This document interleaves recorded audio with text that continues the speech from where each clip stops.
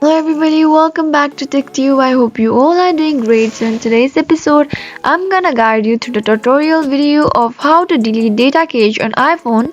So to get started, first of all, go ahead and click on your settings.